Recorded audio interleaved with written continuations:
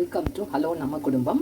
இன்றைக்கி பீர்க்கங்காய் பொரியல் எப்படி பண்ணுறதுன்னு பார்க்கலாம். இன்றைக்கி எங்கள் வீட்டில் சாம்பார், அதுக்கு சைட் டிஷ்ஷு பீர்க்கங்காய். ஸோ நான் அதை செய்யும் போதே இந்த வீடியோவையும் ரெடி பண்ணிகிட்ருக்கேன்.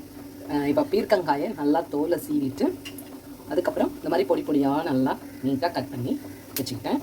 இப்போது எண்ணெய் போட்டாச்சு, கடுகு போட்டுடுறேன்.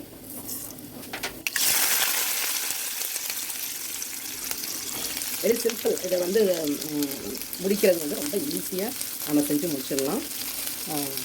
நல்ல ஒரு டேஸ்டியான நல்ல ஒரு இது ஒரு கூட்டு வேறு. ஸோ இப்போ நம்ம பச்சை மிளகாய், வெங்காயம் எல்லாம் போட்டு இப்போ பாருங்கள், வெங்காயம் நல்லா வதங்கி வந்துச்சு. இந்த ஸ்டேஜில் நம்ம இந்த காயெல்லாம் போட்டுற வேண்டியது தான். போட்டுட்டு இதுக்கு ரொம்ப தண்ணியெல்லாம் ஊற்றக்கூடாது, அதுலேயே தண்ணி நல்லா விடும்.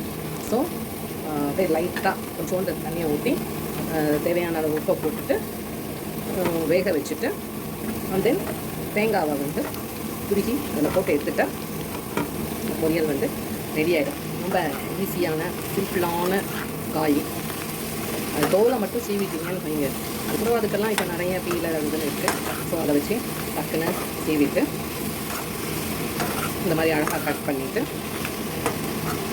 நீங்கள் ஒரு என்ன செய்கிறது, டெய்லி இன்றைக்கி என்ன கூட்டு பண்ணுறது அதுன்னு யோசிச்சுட்டு இருப்பேன். இதை ஒன்று ஈஸியான முறையில் இது முக்கியமாக அந்த பேச்சுலர்ஸு, நியூலி மேரீடு அவங்கெல்லாம் வந்து என்ன பண்ணுறது ஏது பண்ணுறதுன்னு யோசிச்சுட்டு இல்லாமல் டக்குனு இந்த மாதிரி ஒரு பொரியலை பண்ணி ஆஃபீஸ் போடுவாங்க எல்லாம் எடுத்துகிட்டு போயிடலாம். இதுக்கு ரொம்ப டைம் எல்லாம் கூட ஆகாது. நான் பாருங்கள் இப்போ கொஞ்சமாக தண்ணியை ஊற்றிட்டேன். இப்போ தேவையான அளவு நான் உப்பை போட்டு வெந்து கடைசியில் தேங்காய் நான் ஏற்கனவே சொல்லியிருக்கேன், ரொம்ப கஷ்டப்பட்டு திருகி எல்லாம் பண்ணாதீங்க. பாருங்கள், தேங்காய் நான் பீஸாக கட் பண்ணி மிக்சியில் வச்சுருக்கேன். இப்போ நான் என்ன பண்ணுவேன், மிக்சியில் ஒரு சுற்றுனா தேங்காய் துருங்கள் எனக்கு ரெடி ஆகிடும். அதுக்கப்புறம் நம்ம அதை முடிஞ்சவொன்னே கடைசியில் போட்டு எடுத்துட்டோம்னா நம்மளுடைய பீர்க்கங்காய் போட்டு ரெடி ஆகிடுச்சு. இப்போ பாருங்கள், நல்லா வெந்துடுச்சு.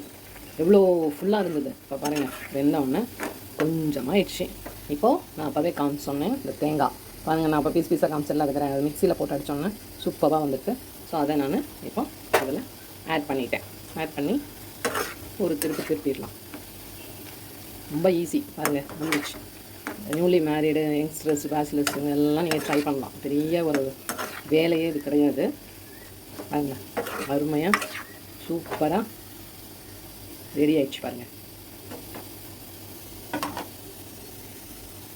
இல்லை எல்லாம் ரெடி. அவ்வளோதான், இனி எடுத்து சர்வ் பண்ணிட வேண்டியது தான். ஓகே, நீங்களும் இது மாதிரி ட்ரை பண்ணுங்கள். நல்லா சமைச்சு நல்லா சாப்பிடுங்க. தேங்க்யூ.